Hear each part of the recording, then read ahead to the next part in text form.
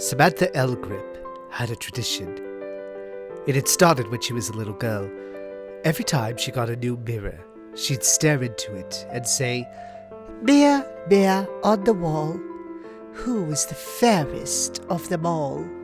It had started as a genuine pursuit, as she hoped to one day find that magical mirror that would tell her the truth and be her friend and grant wishes. As she grew up, that dream faded, but the tradition remained. And on her 21st birthday, she moved into a new house with her friends.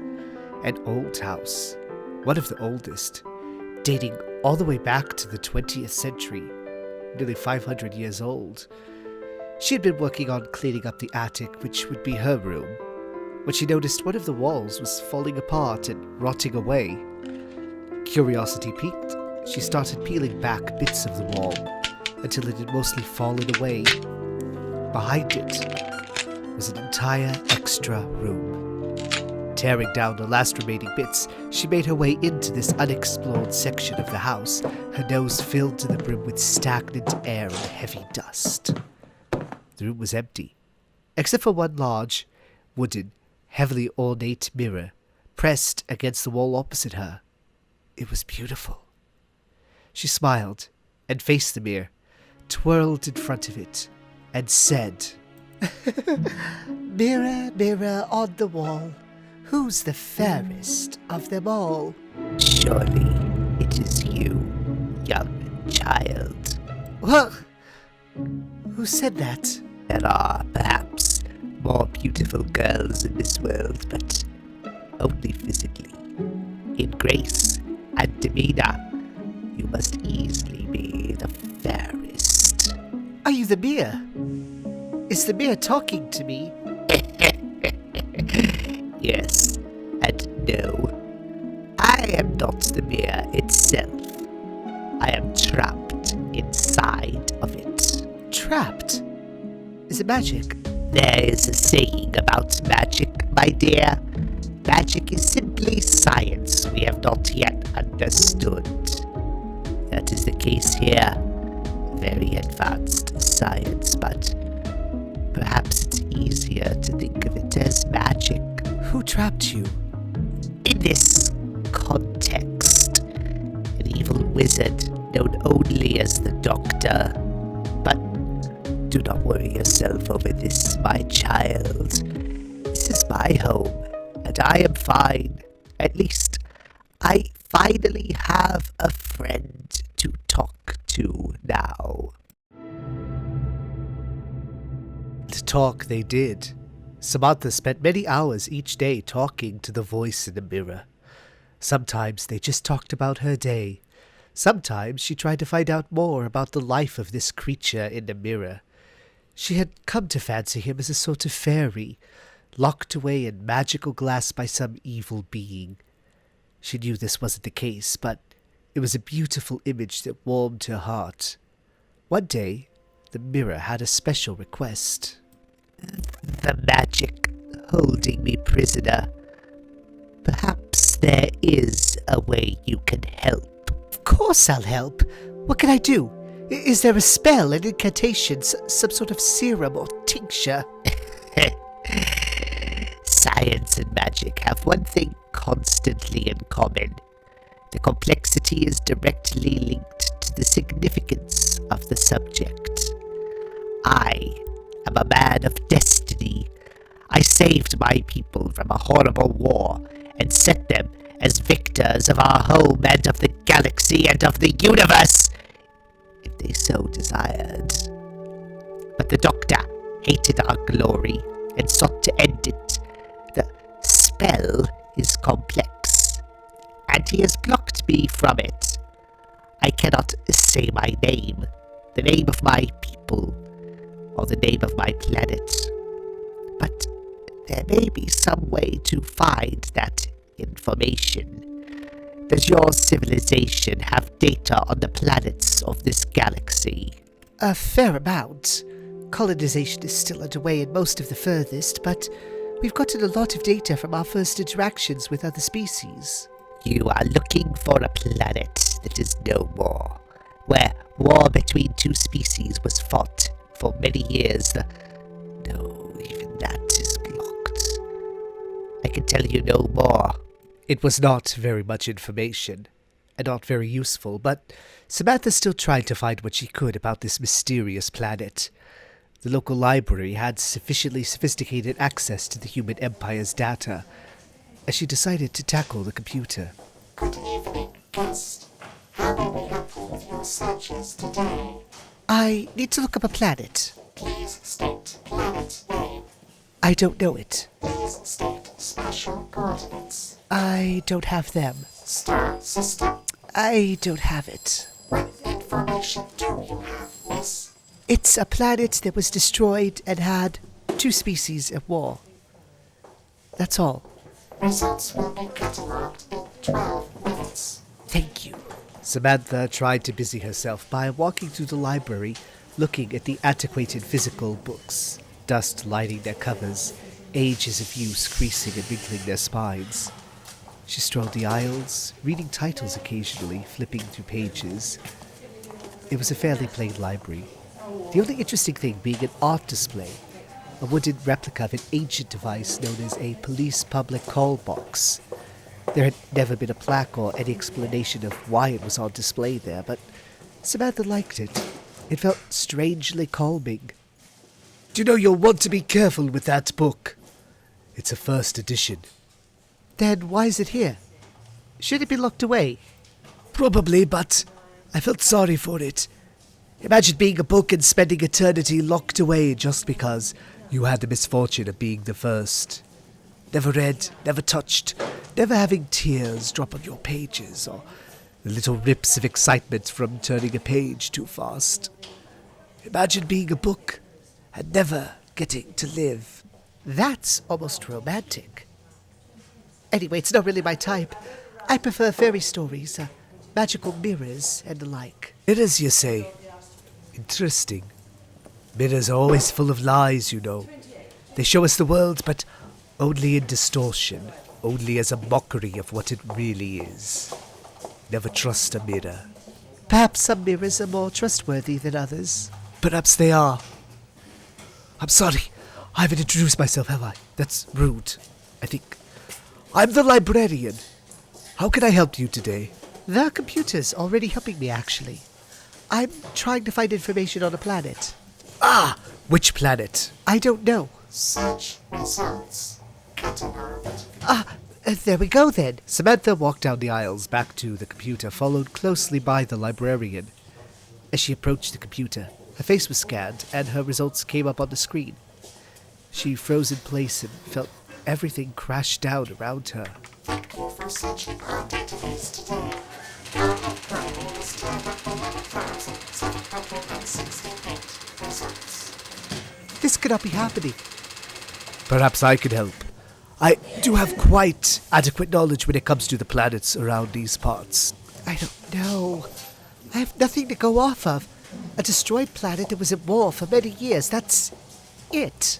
Why were you looking for such a specific set of qualities? Is it a school thing? Of a sort. I'm helping out a friend. Tercerus, Talagarath, Miss Rapaxiel. Those are the first that spring to mind. Thank you. But when she returned home, the news was not met well. No, no, no! These planets are nowhere near being right. How did you find them? The librarian helped me. He was better than the computer. Librarian. Describe this man to me. Tall, skinny, looks angry all the time, but it's just the eyebrows. Scottish. You must not trust this man. But he's really helpful. I think he can. You must not trust him. He is the enemy. He must be He must be avoided at all costs.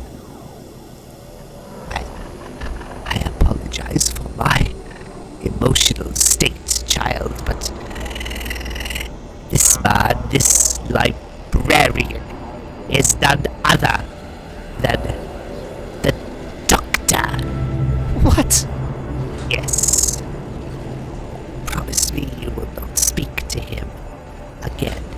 promise.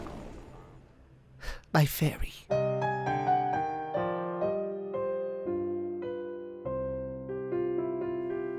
But she would not keep her promise. The next time she saw the librarian at the library, she approached him, full of gumption and drive, ready to say the words she wanted to say to the man who had done such horrible things to her dear friend. Why did you do it? Why did you lock him up in that mirror? Ah! I've been found out, have I? I should have expected it. You don't exactly blend in. So why? Would you believe me if I said that he has done horrible, unimaginable, terrible things that have scarred the entire universe? No, tough. It's the truth. He created a race from the remains of his own people. They destroyed their planet, then looked at the stars. My fault. They spread and became the greatest scourge the universe will ever know. No names. I already know he knows the secret of that mechanism. And he's told you. But you've given me information. Can I trust you? I'll do the right thing. And she left, leaving a worried and anxious doctor behind her. He would follow, of course, but just not yet. Morality is subjective. Davros will always think he was right. What's your version of right, then? Samantha raced to her home, flew up the stairs, and walked up to the mirror, tossing her bag on the floor.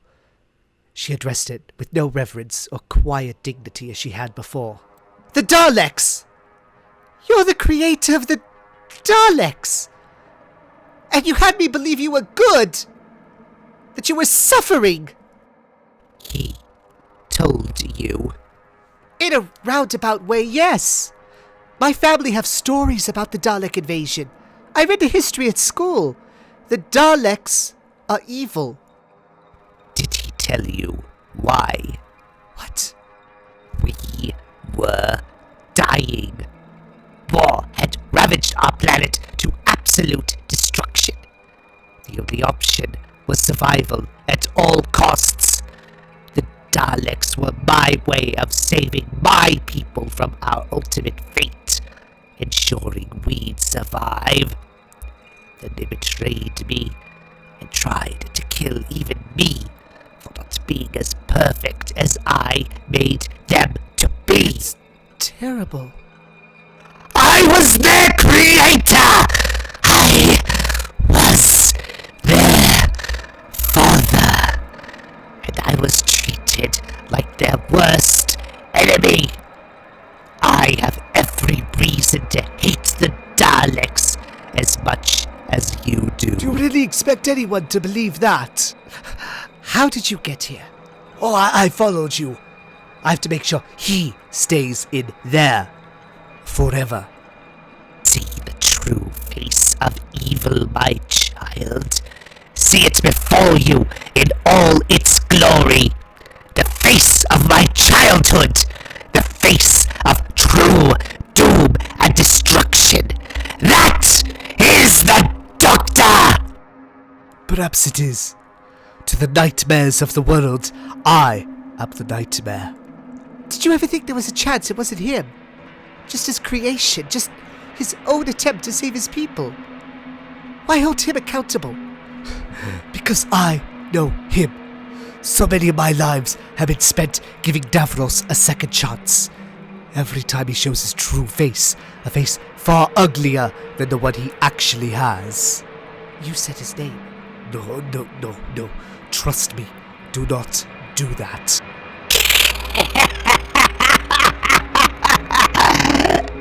There is power in a name. There is power in my name. My name has altered the course of history throughout centuries and millennia. Wars have been fought in my name. Destruction and rebirth have been wrought in my name. The fear of the masses and hope of the future ring with my name. My name is etched in the pool of destiny. And what is that name, child? Davros! Davros!